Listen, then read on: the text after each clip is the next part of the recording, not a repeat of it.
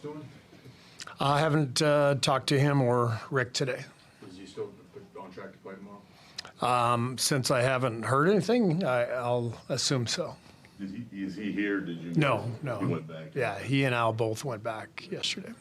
Seth is good to go tonight? Yes. How much of a, I guess, relief is it to see him out there given he's missed so much time? Yeah, it's great to have him back, and obviously great shooter, knows how to play. I mean, he can definitely help us, and so we'll get him on the floor tonight, see how he's feeling, and see how the game's going. So Will is out tonight. Is there Will's hope? out, yeah. But for tomorrow, is there hope that he? I guess there's a chance, yeah. Again, I haven't talked to Rick, and I'm sure all those guys will be checking in with Rick tomorrow, before the game, and then we'll know more then.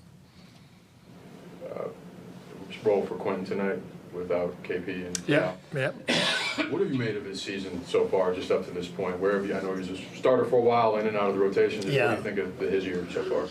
Quinton is doing well in terms of, when you think about where he came from, late second-round pick, spends time in the G League last year.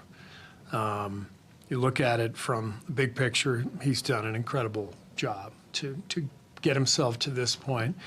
Now it's a matter of ironing out the wrinkles, just making incremental progress in a few different areas, and that comes with experience. So he's made some mistakes. I think he's really hard on himself. I know how much he cares, which I love, but I want him to just relax and go play.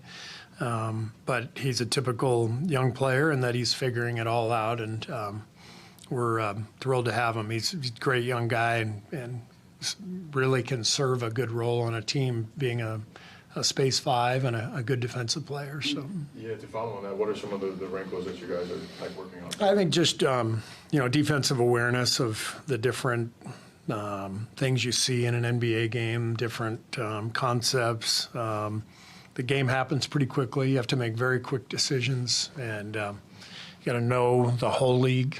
You got to know all 500 players, when it comes down to a game and you're on the wing, and you got to know which guy to close out to and which guy not to. That's a lot of information, and that's so young guys have to learn all that stuff.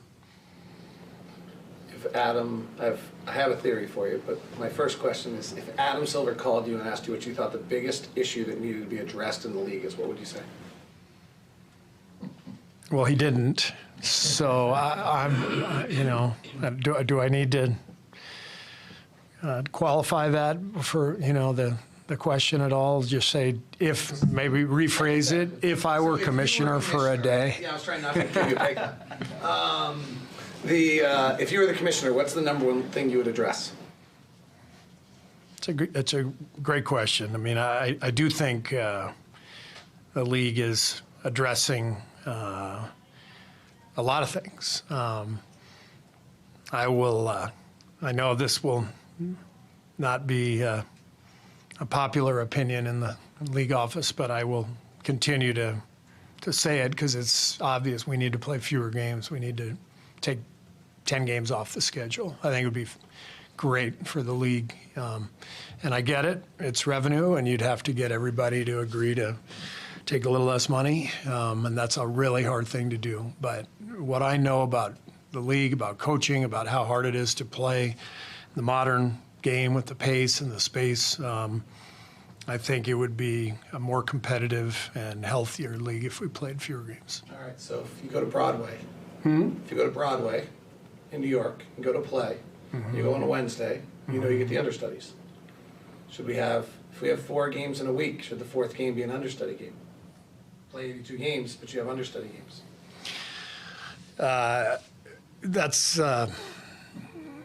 I've never given any thought whatsoever to an understudy NBA, but aren't we already seeing that to some extent? So let's define it. That's my thought. Yeah, define it so you know that that's the ticket Tuesday, you're buying. Wednesday, Yeah. something like that. So I just think it's so hard because guys miss games for injuries, and you're trying to win, and sometimes a guy has to, if he's available on a Wednesday and that's the understudy game and he can't play, I'm not buying that. There's a lot of unintended consequences of everything. How's Moses? We'll see. I mean, he was obviously ruled out tonight, so I haven't talked to Rick about him. Guy, 20-point game the other night for Guy. Is he showing up in the opposing scout any differently with his kind of emergency the last few weeks in his production? For sure. Yeah, he's one of our best players and starter, and fills up the stat sheet. Very unique player, very versatile player, and he's really taking a leap. It's fun to watch. What are you seeing in terms of just different ways defenses are maybe dignifying him, the last couple weeks or maybe the last week, or whatever that timeline compared to maybe last year when he wasn't doing as much with the ball?